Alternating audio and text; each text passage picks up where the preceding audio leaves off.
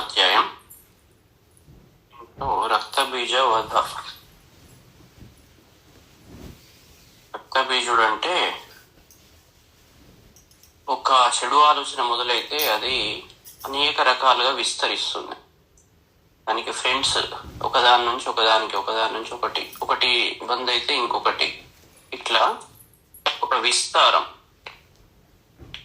ఆలోచనల యొక్క విస్తారం. అందుకే ఒక రక్తబీజం చంపితే ఇంకొకడు అట్లా పుడతారు అన్నట్టు. కాబట్టి మూలాన్ని నశింపజేయాలి. ఇప్పుడు దీంట్లో ఏం చెప్తున్నాడు?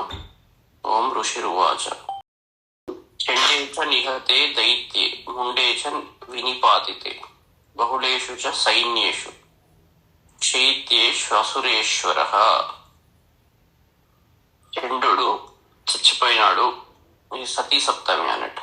చండు చస్తూ ఉండగా, తర్వాత ముండేచ వినిపాతితే ముండు కూడా నాశనం అయిపోతూ ఉండగా, బహుళేషు సైన్యేషు క్షయితేషు, ఆ సైన్యం కూడా చాలా అసంఖ్యాకమైన సైన్యం కూడా క్షయిస్తూ ఉండగా, ఈ సందర్భంలో అన్నట్టు ఈ విధంగా జరుగుతూ ఉండగా అసురేశ్వర ఈ రాక్షసరాజు ఏం చేశాడు? తత కోప పరాధీన చేత శుంభ ప్రతాపవాన్ తత ఉద్యోగం సర్వసైన్యానం దైత్యానాం ఆదిదేశ. అప్పుడు ఆ శుంభ అసురేశ్వర వాడు ఎట్లాంటి వాడు? ప్రతాపవాన్, ప్రతాపం కలిగిన వాడు. కోపపరాధీన చేత అంటే క్రోధత్వముతో ఆధీనమైపోయినాడు. క్రోధాన్ని వీడు కంట్రోల్ చేస్తున్నాడు, క్రోధమే వీడిని కంట్రోల్ చేస్తున్నది. ఇంద్రియాలను మనం కంట్రోల్ చేయాలి, కానీ ఇంద్రియాలు ఎప్పుడైతే మనం కంట్రోల్ చేయడం మొదలు పెడుతుందో మనం దాసులం అయిపోయినాం అన్నట్టు. ఇక్కడ కూడా కోప పరాధీన చేత, ఆ కోపంతో అతను మొత్తం ఆధీనము చేయబడ్డాడు. అలాంటి చైతన్యంలో ఉన్నాడు. కోపం కంట్రోల్ చేస్తున్నది వీడిని చేసి. ఉద్యోగం సర్వసైన్యానాం దైత్యానాం ఆదిదేశ. దైత్యానాం సర్వసైన్యానాం, మొత్తం వాడి సేన ఏదైతే ఉన్నదో ఆ సేన వాడి ఉద్యోగం ఇప్పుడు ఏం చేయాలి, తర్వాత ఉద్యోగం అంటే చేయవలసిన పని, యాక్షన్ ఏంటి, ఇప్పుడు నెక్స్ట్ యాక్షన్ ఏంటి, అది దాని గురించి ఆదిదేశ చెప్పాడు అన్నట్టు. కర్తవ్యం ఏంటి? అద్య సర్వబలై దైత్య షడశీతి హృదాయుధ కంబూనాం చతురశీతి నిర్యాంతు స్వబలైర్కృత. ఇప్పుడే అన్ని బలగాలతో, ఇక మిగిలింది ఏదైతే ఉన్నదో అన్ని బలగాలతో, సర్వబలై దైత్యా, ఓ దైత్యులారా, షడశీతి ఎట్లాంటి వాళ్ళు? షడశీతి హృదాయుధ అంటే షట్ అశీతి అంటే 86 అన్నట్టు. షట్ అశీతి అంత రాక్షస సైన్యం 86,000 మంది.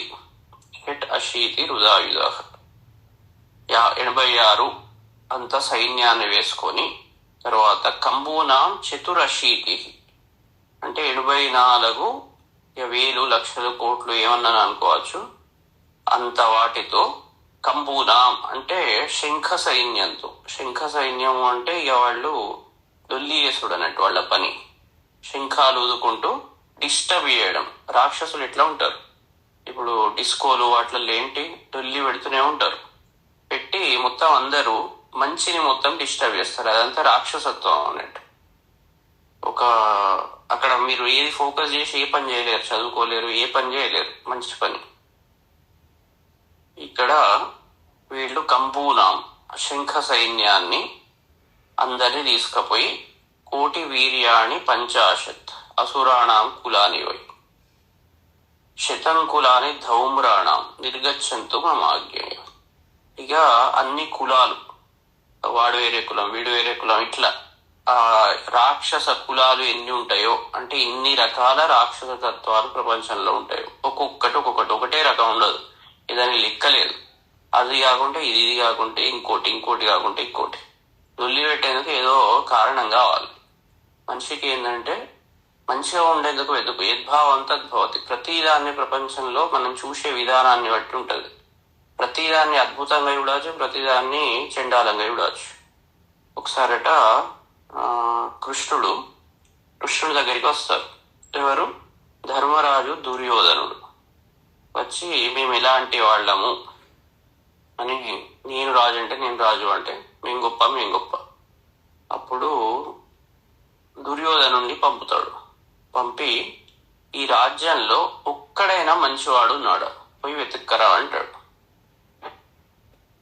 అంటే దుర్యోధనుడు తిరిగి వచ్చి ఒక్కడు కూడా మంచివాడు లేడు అంటాడు.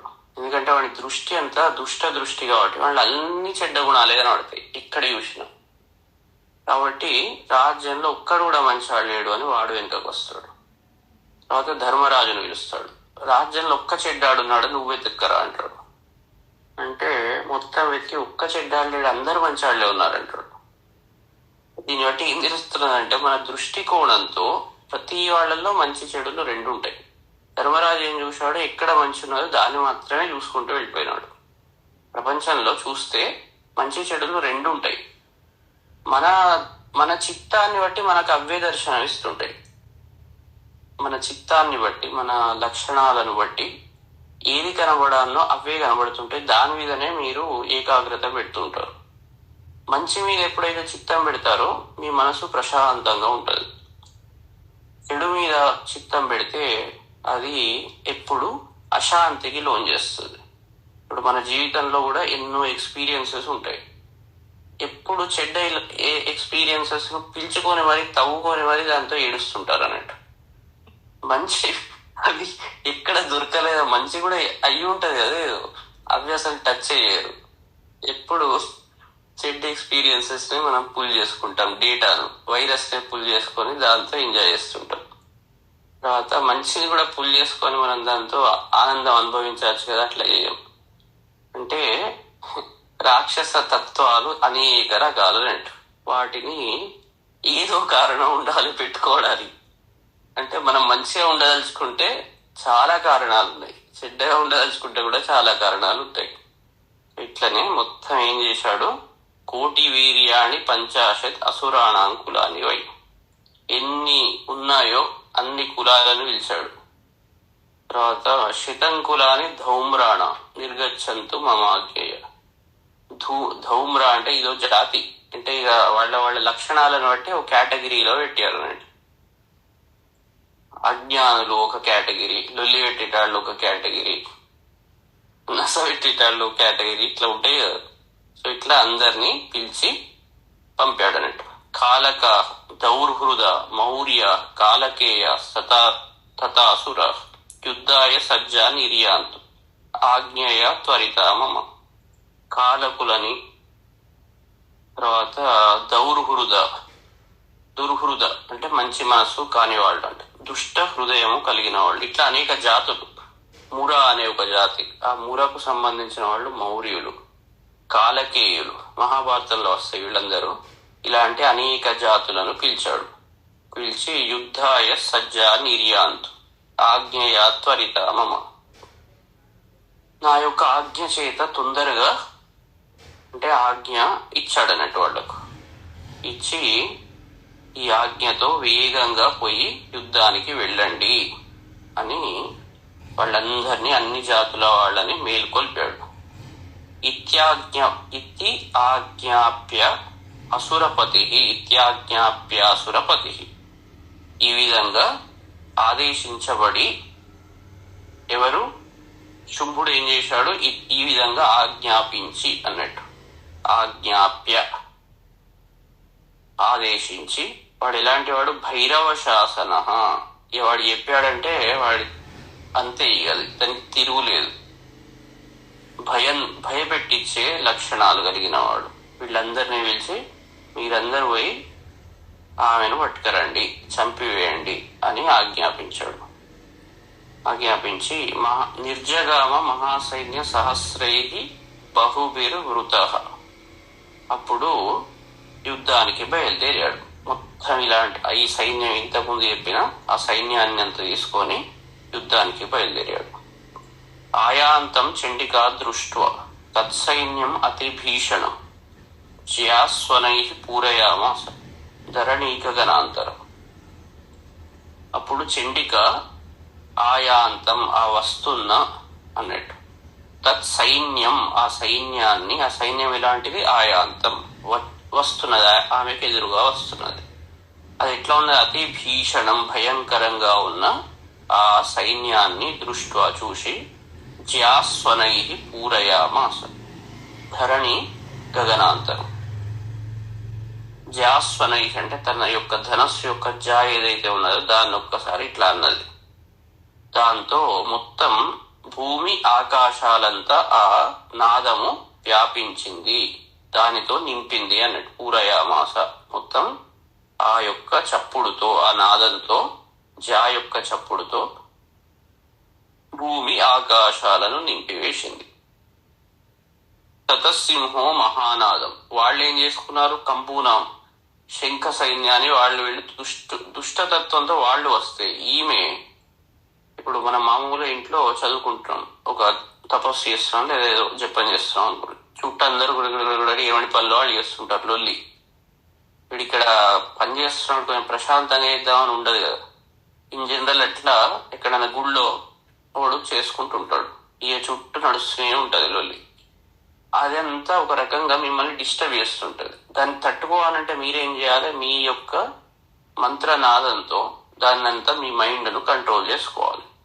ఈమె కూడా అట్లనే ఆ నాదంతో, ధనస్సు యొక్క చప్పుడుతో, తర్వాత తతసింహో మహానాదం, ఆమె యొక్క సింహం కూడా గొప్ప నాదం చేసింది. అతీవ కృతవాన్ రూప. తర్వాత ఘంటాస్వనేన తన్నాదం అంబికా చోప బృంహయత్. అప్పుడు ఆ అంబిక దేవి ఘంటానాదంతో కూడా మొత్తం అన్ని అంటే 3 పనులు జరిగినాయి. ఒకటి ధనస్సు యొక్క జా యొక్క నాదం, తర్వాత సింహనాదం, తర్వాత ఘంటానాదం, అన్ని కలిపి వాళ్ళ యొక్క సైన్యం యొక్క, దుష్ట సైన్యం యొక్క నాదాన్ని ఇది కంట్రోల్ చేసింది అన్నట్టు. అదే చెప్తున్నాడు నెక్స్ట్ దాంట్లో, ధనుర్జా సింహ ఘంటానా నాదాపూరిత దింగుక నినాదై భీషణై కాళి జిగ్గే విస్తారితానన. ఒకవైపు ఈ వింటినారి, ఒకటి సింహ గర్జనం, ఘంటానాదం, ఈ వీటితో దేవీ సైన్యం మొత్తం విజృంభించింది. అదంతా ఏంది, నాదాపూరిత దింగుక, భూమి ఆకాశాలు అన్ని దిక్కుల్లో వ్యాపించింది. వ్యాపించినప్పుడు ఈ నాదాలతో కాళీదేవి తన నోరును ఇంకా పెంచింది. కాళీదేవి అంటే కాలం, అదేం చేస్తుంది, మనస్సును పూర్తిగా ఈ కాలాన్ని నుంచి అతీతంగా పట్టుకుపోయే శక్తి అన్నట్టు. మళ్ళీ ఇక్కడ ప్రజెంట్ ఈ దీంట్లో ఉంటే వీళ్ళన్నీ చప్పుళ్ళు వినబడతాయి. దీని నుంచి అతీత స్థితికి పోవాలంటే కాళీదేవి విజృంభించి, ఇక్కడ లాజిక్ అంతా అది అన్నట్టు, ఇన్నర్ మీనింగ్. ఈ చప్పుళ్లతో కాళీదేవి తన నోరును ఇంకా పెద్దగా తెచ్చి శత్రువులను ఏం చేసింది, వాళ్ళ చేష్టలను ఉడిగింపజేసింది, అంటే వాళ్ళను కంట్రోల్ చేసింది అన్నట్టు.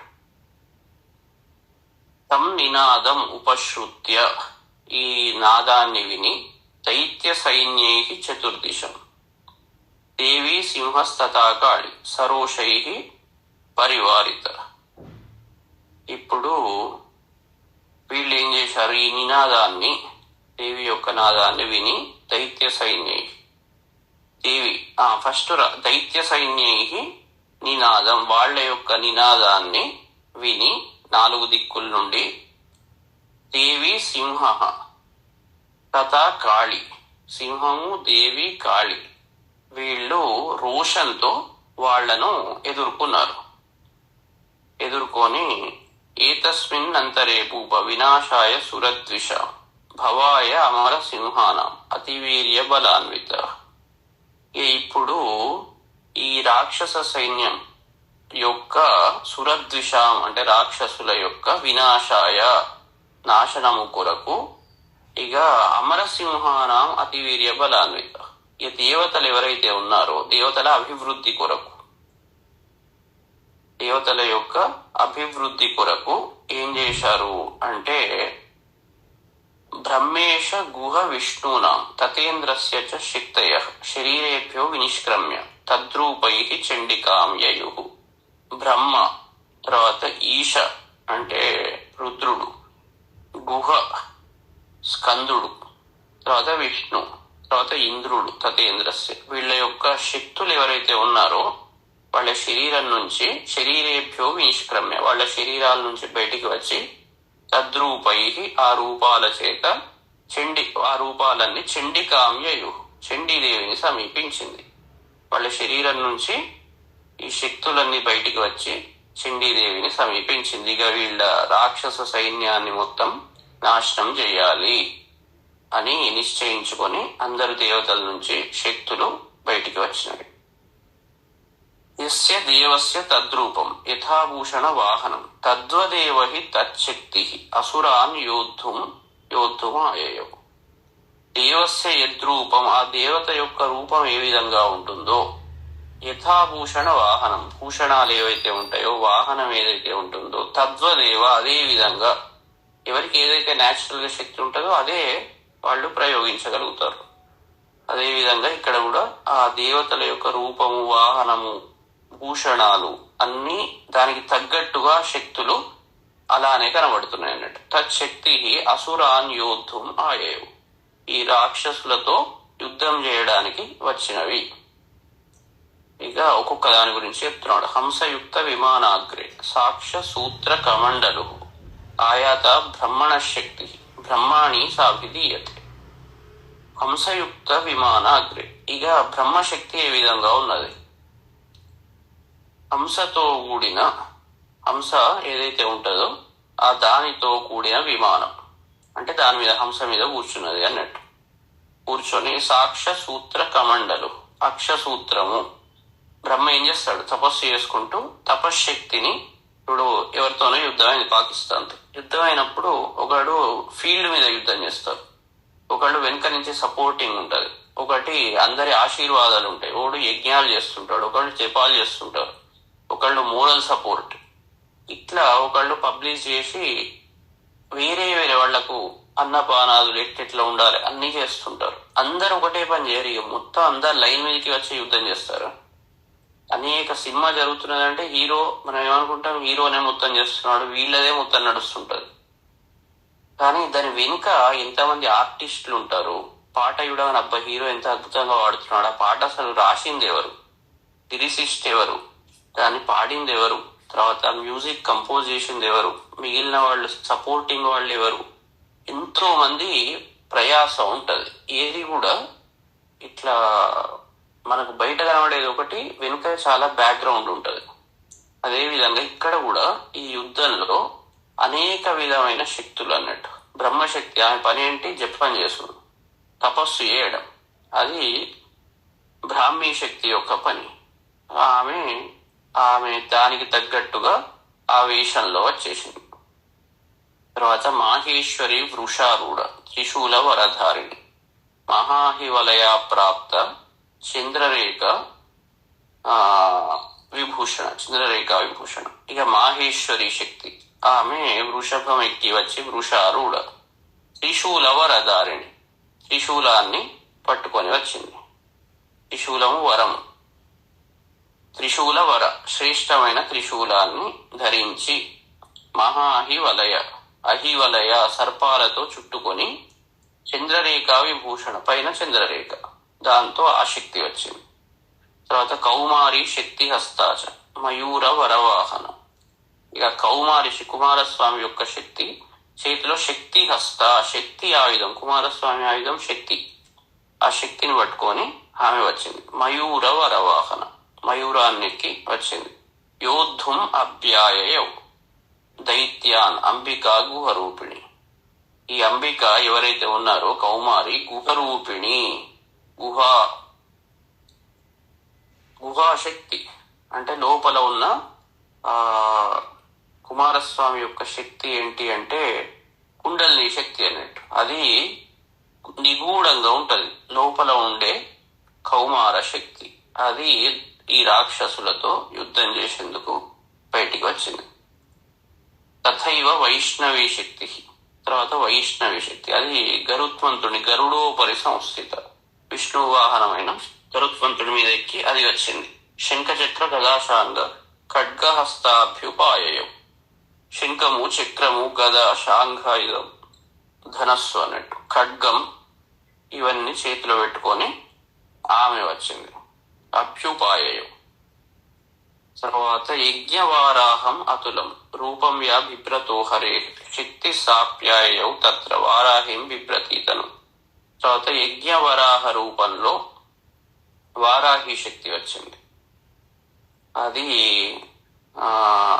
అతులం, సాటి అంటే దేనితో కంపేర్ చేయలేం అలాంటి రూపంతో ఆ విష్ణువు ఏదైతే హిరణ్యాక్షుణ్ణి సంహరించడానికి ఏదైతే రూపం వేసుకున్నాడో అదే రూపంలో వారాహి శక్తి వచ్చింది.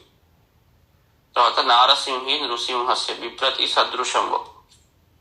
నారసింహి శక్తి ఎట్లా నృసింహస్య సదృశం, నరసింహస్వామి యొక్క రూపం ఎలా ఉంటుందో అలాంటి రూపాన్ని తీసుకొని ఆమె కూడా వచ్చింది. ప్రాప్త తత్ర, అక్కడికి వచ్చింది.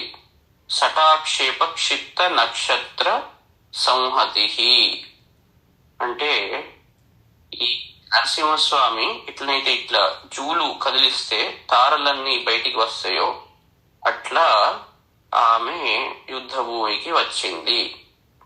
వజ్రహస్త తథైవ ఇంద్రి.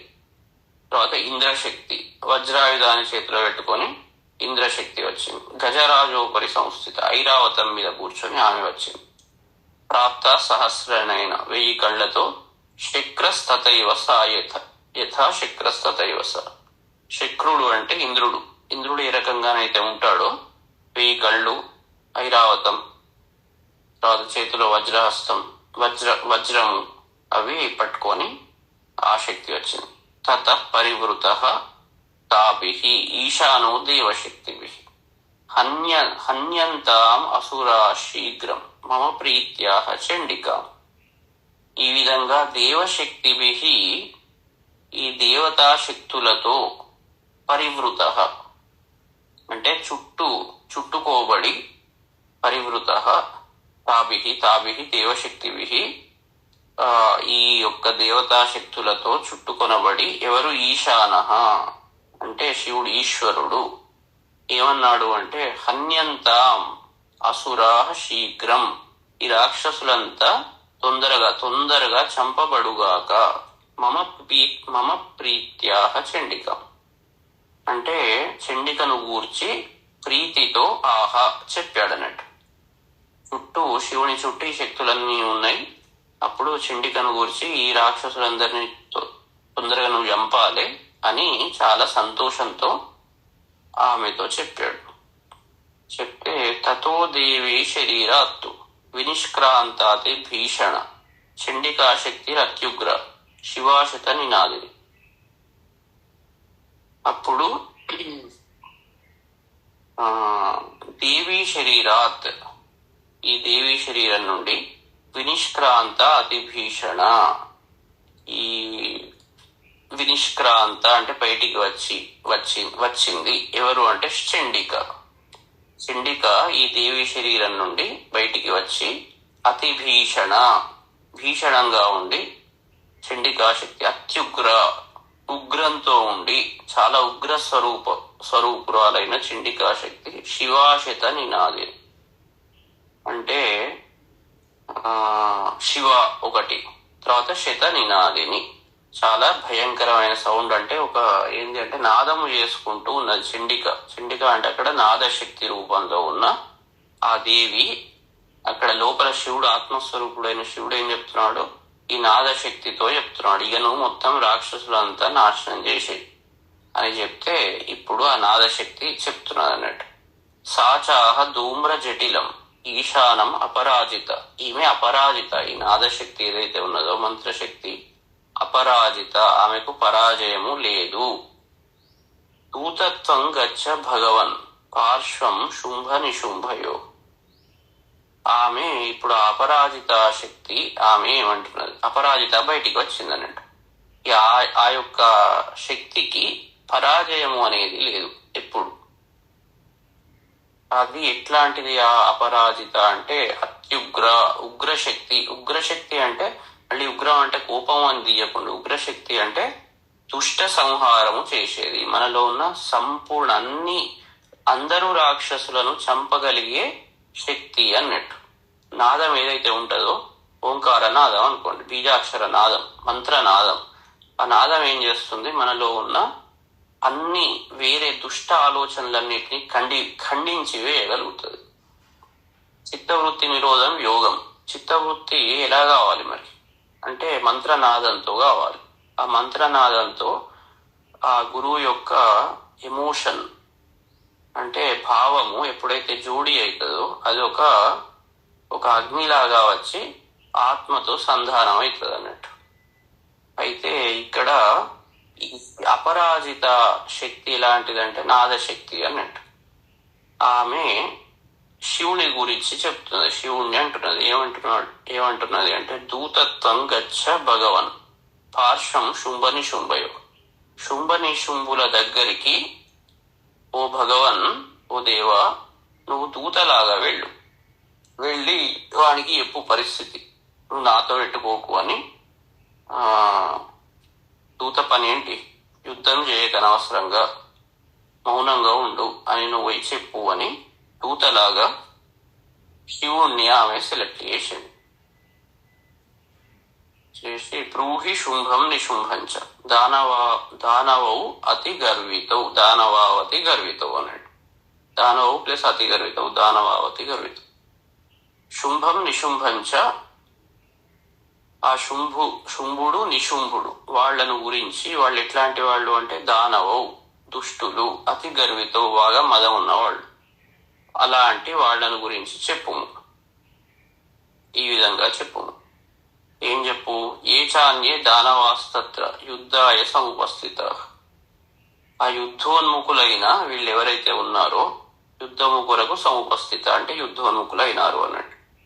దానవాహ ఇంకెవడైనా ఉన్నాడా, దానవాహ యుద్ధాయ సముపస్థిత ఇంకెవరైనా ఉన్నా అందరికీ అన్నట్టు, అందరికి కలిపి ఓ శుంభుడా నిశుంభుడా, తర్వాత మిగిలిన యుద్ధం చేయాలనుకున్న ఇంకెవరైనా రాక్షసులారా అన్నట్టు వాళ్ళందరికీ ఈ విధంగా చెప్పు. త్రైలోక్యం ఇంద్రోల భతాం దేవా సంతు హవిర్భుజ. అంటే ఈ త్రైలోక్యాధిపత్యం ఏదైతే ఉంటుందో అది ఇంద్రునికి లభించుగాక. త్రైలోక్యం ఇంద్ర లభతాం, త్రైలోక్యాధిపత్యము ఇంద్రునికి లభించుగాక. దేవాహ హవిర్భుజ సంతు, దేవతలకు హవిర్భుజులు అంటే యజ్ఞంలో భాగాలు అది కూడా లభించుగాక. లభతాం సంతు, వాళ్ళకు కూడా అవి లభించుగాక. మా రిక్వైర్మెంట్స్ ఏంటి, ఇవి రెండు. హనుమంతుడు కూడా రావణాసురుని దగ్గరికి పోయినప్పుడు ఏం చెప్తాడు, సీతను వదిలివేయుము, అది రిక్వైర్మెంట్. కృష్ణుడు కూడా పోయినప్పుడు వాళ్ళ పాండవులకు వాళ్ళ రాజ్యంను ఇవ్వకుంటే ఏమవుతుంది, యుద్ధం జరుగుతుంది. ఇక్కడ కూడా శివుడు దూతగా పోయి ఏం చెప్తున్నాడు, ఈ రెండు రిక్వైర్మెంట్స్. త్రైలోక్యాన్ని ఆధిపత్యం ఏదైతే ఉంటుందో అది ఇంద్రునికి ఇచ్చివేయి, తర్వాత దేవతలకు యజ్ఞ భాగాలు ఇచ్చివేయి. యూయం ప్రయాత పాతాళం ఇది జీవితం ఇచ్చత. మీరిద్దరు ఎవరైతే ఉన్నారో మీరు పాతాళం ప్రయాత పాతాళానికి వెళ్ళండి. పాతాళం రాక్షసుల స్థానం, అక్కడికి వెళ్ళండి అంటే కింది కొండి అన్నట్టు. ఇది ఒకవేళ జీవితం ఇచ్చత, జీవించడానికి మీకు కోరిక ఉంటే పాతాళానికి వెళ్ళండి. దేవతల ఆధిపత్యం ఏదైతే ఉంటుందో, మూడు లోకాల్లో ఉన్న దివ్య గుణాలకు సంబంధించిన దేవతలు ఎవరైతే ఉన్నారో వాళ్ళ మీద ఆధిపత్యం ఇంద్రుడికి ఇచ్చేయండి. తర్వాత యజ్ఞ భాగాలన్నీ దేవతలకు ఇచ్చివేసి మీరు పాతాళానికి వెళ్ళండి అని చెప్పి బలావలేపాదథ చేద్భవంతు యుద్ధకాంక్షిణ తదాగచ్చత తృప్యంతు మచ్చివాహ పిషితేనవహ. ఒకవేళ మీరు బలగర్వంతో యుద్ధాన్ని ఒకవేళ కోరుకుంటే సరే రండి, మీ మాంసాలు అంటే పిషితేన అంటే పిషితం అంటే మాంసం అన్నట్టు, మీ మాంసాలతో నక్కలు శివ శివ అంటే శివ అంటే నక్కలు అన్నట్టు. ఆ నక్కలన్నీ తృప్తి పడుగాక, అంటే మీరు చస్తారు యుద్ధంలో, అప్పుడు చచ్చినప్పుడు మీ మాంసాలను నక్కలు పీక్క తింటాయి. మరి మా నక్కలకు తిండి పెట్టానంటే మీరు యుద్ధం చేయండి అన్నట్టు. ఆలోచించుకోండి. ఆప్షన్ 1 ఇది, అది వినరు. ఆప్షన్ 2 ఇది, రెండే ఉంటాయి. అది కాకుంటే ఇది. మంచిగా వింటే పర్లేదు, వినకుంటే ఇది అని అక్కడ దూతగా శివుణ్ణి పంపుతుంది. యతో నియుక్తో దౌత్యేన తయా దేవ్యా శివస్వయం శివదూతీతి లోకేస్మిన్ తతస్స ఖ్యాతిం ఆగత. శివుణ్ణి యతః దౌత్యేన, ఈ దౌత్యము అంటే దూత చేయవలసిన పని దౌత్యము అన్నట్టు. దూత ఏం చేస్తాడు? ఇక పోయి డిప్లొమసీ చేస్తాడు. ఈ విధంగా ఇది విషయము, ఇట్లా ఇట్లా ఉంటది, కాకుంటే మాత్రం పరిస్థితులు ఇవి అని మంచిగా చెప్తాడు. దౌత్యేన నియుక్త తయా దేవ్య, ఆ దేవి చేత శివ స్వయం సాక్షాత్తు శివుడే దౌత్యము కోసము నియుక్త అంటే యుక్తము చేయబడ్డవాడు, నియోగింపబడ్డవాడు. అందుకే శివదూతీతి లోకేస్మిన్ సా తతః సా ఖ్యాతిం ఆగత. అందుకే దేవికి శివదూతి అనే పేరు లోకంలో ఖ్యాతి వచ్చింది. ఆమెకు ఈ ఖ్యాతి వచ్చింది. ఏం ఖ్యాతి వచ్చింది? శివదూతి. శివుణ్ణి దూతగా నియమించుకొని ఆమె డిప్లొమసీ చేసింది. రాక్షసుల దగ్గరికి శివుణ్ణి పంపించింది కాబట్టి ఆమె పేరు శివదూతి అయింది అని చెప్తున్నాడు. తేపి శ్రుత్వా వచో దేవ్య శర్వాఖ్యాతం మహాసుర అమర్ష పూరిత జగ్ము యత్ర కాత్యాయని స్థిత. తర్వాత దేవ్యాహ వచః శ్రుత్వా, దేవి యొక్క ఈ యొక్క మాటలను విని మహాసుర, ఆ రాక్షసులు శివుడు చెప్పారన్నట్టు. శర్వాఖ్యాతం, శర్వుని చేత ఆఖ్యాతం చెప్పబడిన ఈ మాటలు ఏవైతే ఉన్నాయో శివుడు వచ్చి ఇవన్నీ విషయాన్ని చెప్పాడు. ఇగో ఇట్లా త్రైలోక్య ఆధిపత్యం ఏదైతే ఉన్నదో, త్రిలోకాధిపత్యము ఇంద్రుడికి ఇవ్వండి, ఈ విషయాలు ఏదైతే ఉన్నాయో అన్ని చెప్పాడు. ఇవన్నీ విన్నారు వాళ్ళు. ఎవరు? మహాసుర, రాక్షసులు. ఎవరి చేత? శర్వ, శివుని చేత విని అమర్షపూరిత, వాళ్ళ బుద్ధి వచ్చిందా? రాలే. క్రోధంతో ఎత్ర కాత్యాయని స్థిత జగ్ము, వాళ్ళు ఆగాలి కదా, ఆగకుండా ఎక్కడనైతే కాత్యాయని దేవి, అపరాజిత దేవి ఉన్నదో అక్కడికి కోపంతో బయలుదేరారు వాళ్ళు. అంటే దౌత్యం ఫలించలేదు అన్నాడు. తతః ప్రథమం ఏవాగ్రే శర శక్తి వృష్టి అంటే మొదలు వవర్షు ఉద్దతామర్షాస్తాం దేవీం అమరారయ. అప్పుడు ముందర బాణాలు, శక్త్యాయుధాలు, ఖడ్గాలు, తర్వాత ఈ వర్షాలతో ఈ రాక్షసులు దేవిని కప్పివేశారు. దేవి మీద వాళ్ళు ఉగ్రంతో కోపపూరితులై దేవిని సమీపించి అన్ని అస్త్రాలతో అమ్మవారిని కప్పివేశారు. సాచతాన్ ప్రహితాన్ బాణాన్ శూల శక్తి పరశ్వతాన్ చిచ్ఛేద లీలయ. ఆమె, ఆ దేవి, వాళ్ళు వేసిన బాణాలు ఏవైతే శక్తులు అవన్నీ ఉన్నాయో వాటిని లీలగా, చాలా అవలీలగా ఛేదించింది. పాత ధనుర్ముక్తై మహేషువి అంటే వాళ్ళ ధనస్సుల నుంచి ఏవైతే బాణాలు వదిలిపెట్టారో వాళ్ళు, వాటన్నిటిని చాలా అవలీలగా, అనాయాసంగా, కష్టపడకుండా ఛేదించి వేసింది. తస్యాగ్రతస్తథా కాళి శూలపాత విదారిత ఖట్వాంగ పోతితాశ్చారి కుర్వతి పెచరత్తద. అప్పుడు ఆ యుద్ధంలో ముందు భాగంలో ఉన్న కాళీదేవి ఈ శత్రువులను కొందరిని శూలాగ్రాలతో, కొందరిని ఖట్వాంగాలు, మంచపు కోళ్ళు అన్నట్టు, వాటితో ఆ ఆయుధం ఒకటి అట్లా మంచపు కోడు లాగా ఉన్న ఒక ఆయుధం, వీటితో చంపుతూ అందరినీ వేచరత్ అక్కడ అటు ఇటు తిరుగుతున్నది, అందరిని చంపుతూ ఖాళీ సంచరిస్తుంది. తర్వాత ఇక ఒక్కొక్క దేవత ఏమేం చేస్తున్నది.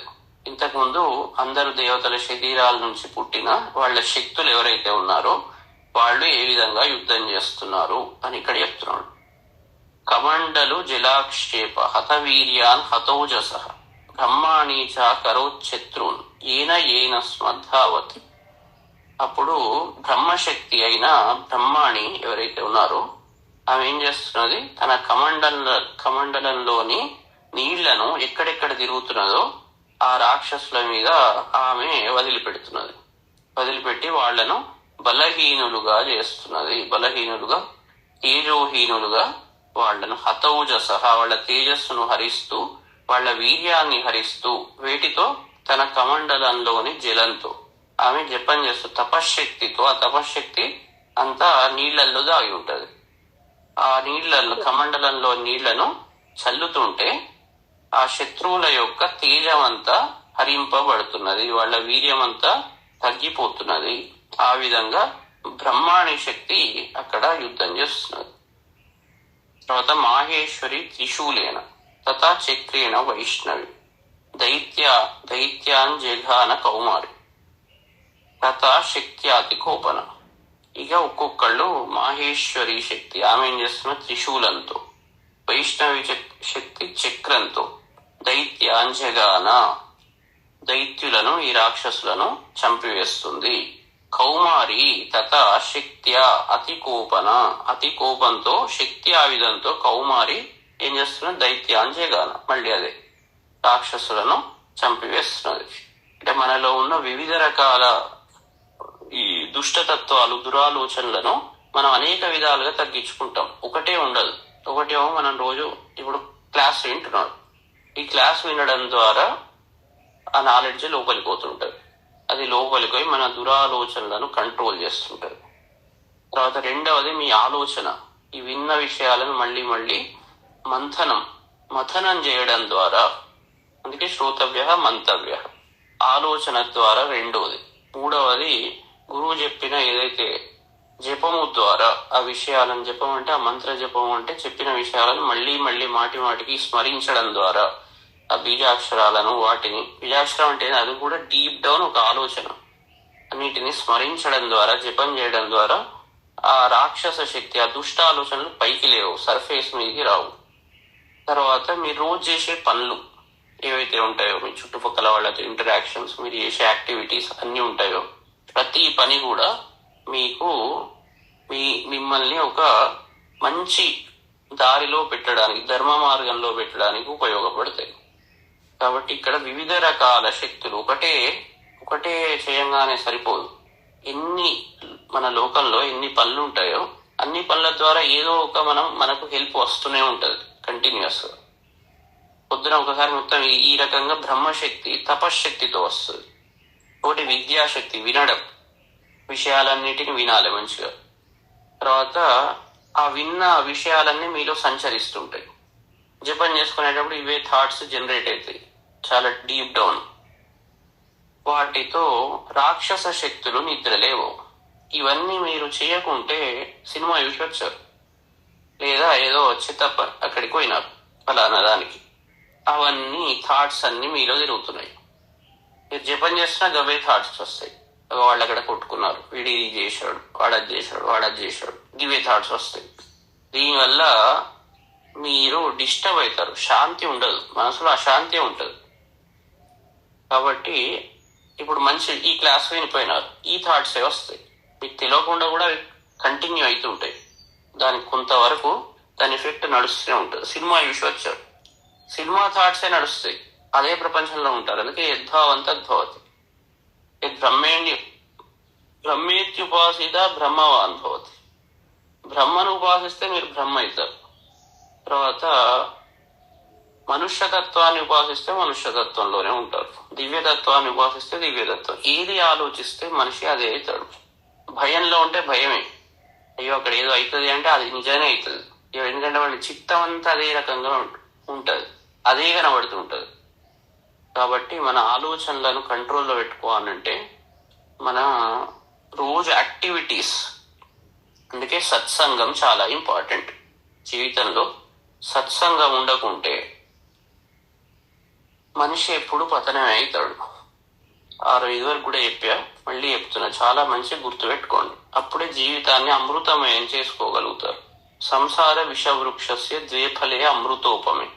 ఈ సంసారము అనే ఒక విషవృక్షంలో ఎక్కడ చూసినా మనకు నెగిటివ్ థాట్సే ఎక్కువ జనరేట్ అవుతాయి.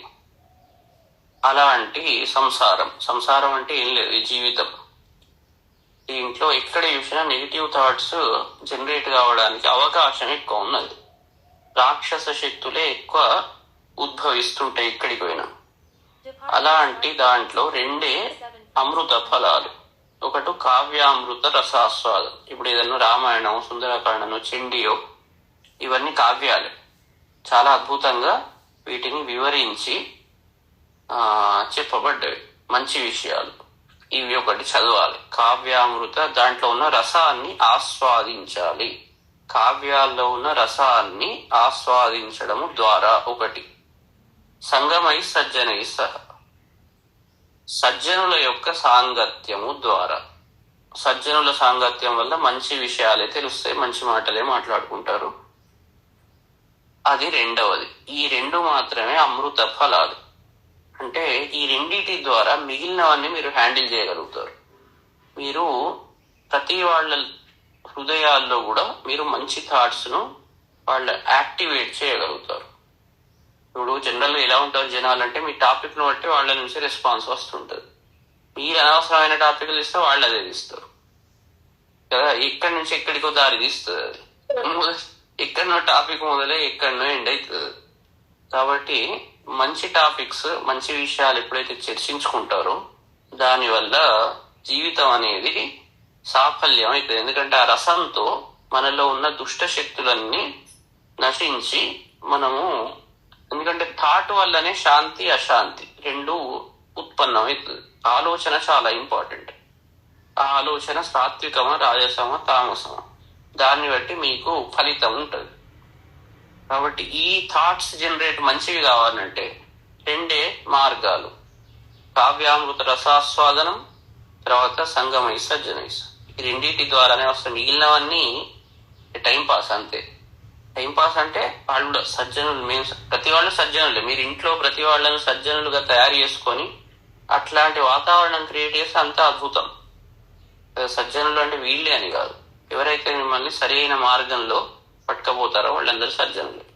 కావ్యాలు అంటే ఏవైతే, ఏ గ్రంథము మిమ్మల్ని సరైన మార్గంలో పట్టుకపోతుందో అవన్నీ. ఇప్పుడు ఋషులు రాసిన మన వేదాలు, శాస్త్రాలు, ఇవన్నీ కావ్యాలే. ఈ కావ్యాలన్నీ మనం సరి అయిన మార్గంలో పట్టుకపోయి రసోవైసహ రసగుం హ్యేవాయం లబ్ధ్వా ఆనందీ భవతి, ఆ రసాస్వాదనం చేపిస్తాయి. కాబట్టి అప్పుడు మీరు పరమాత్మ దర్శనం చేసుకోగలుగుతారు.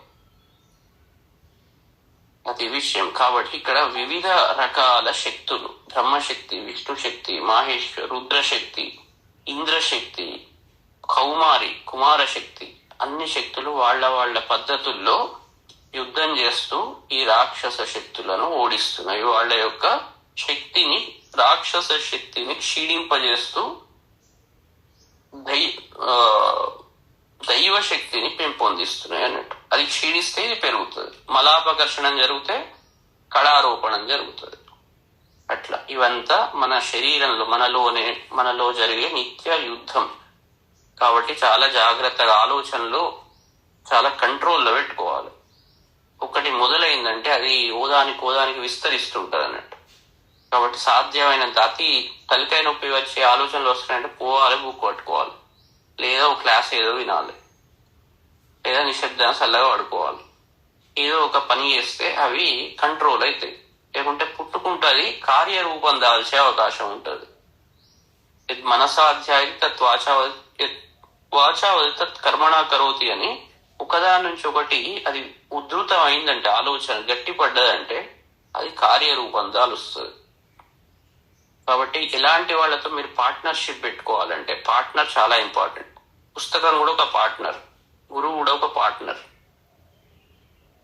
పార్ట్నర్ అంటే ఇంటరాక్షన్ చేసేవాడు అన్నట్టు, లైఫ్ లో పార్ట్. అతను ఎలాంటి పార్ట్నర్ ఉండాలి అంటే మిమ్మల్ని సంపూర్ణత్వానికి తీసుకుపోయే పార్ట్నర్ ఉండాలి. సంపూర్ణత్వం మీలో అంటే ఏదైతే ఉంటుందో ఇంటరాక్షన్ ద్వారా పరిపూర్ణత తెచ్చేలాగా ఉండాలి. అలా మనం బిల్డ్ చేసుకోవాలి. ప్రతి వాళ్ళు అట్లా తయారు చేసుకోవాలి. అప్పుడే అద్భుతమైన సొసైటీ తయారవుతుంది కదా. జీవితం చాలా అందంగా ఉంటుంది. ప్రతి వాళ్ళు కష్టపడి ఈ ప్రయత్నం చేయాలి కదా. ప్రతి బుక్ కూడా ఒక పార్ట్నరే, గురువు ఒక పార్ట్నరే. ప్రతి వాళ్ళు మీ ఫ్రెండ్స్ ఎవరైనా కావచ్చు, ఏ ఇంటరాక్షన్ దీంతో ఏ ఆబ్జెక్ట్ తో చేస్తున్నామో ఆ ఆబ్జెక్ట్ మీ పార్ట్నరే. దాన్ని మీరు సక్రమంగా వినియోగించుకునేలాగా, మిమ్మల్ని పరిపూర్ణత్వంలోకి పట్టుకుపోయేలాగా ప్రయత్నం చేయాలి. ఇది సారాంశం. అయితే మళ్ళీ రేపు కలుద్దాం.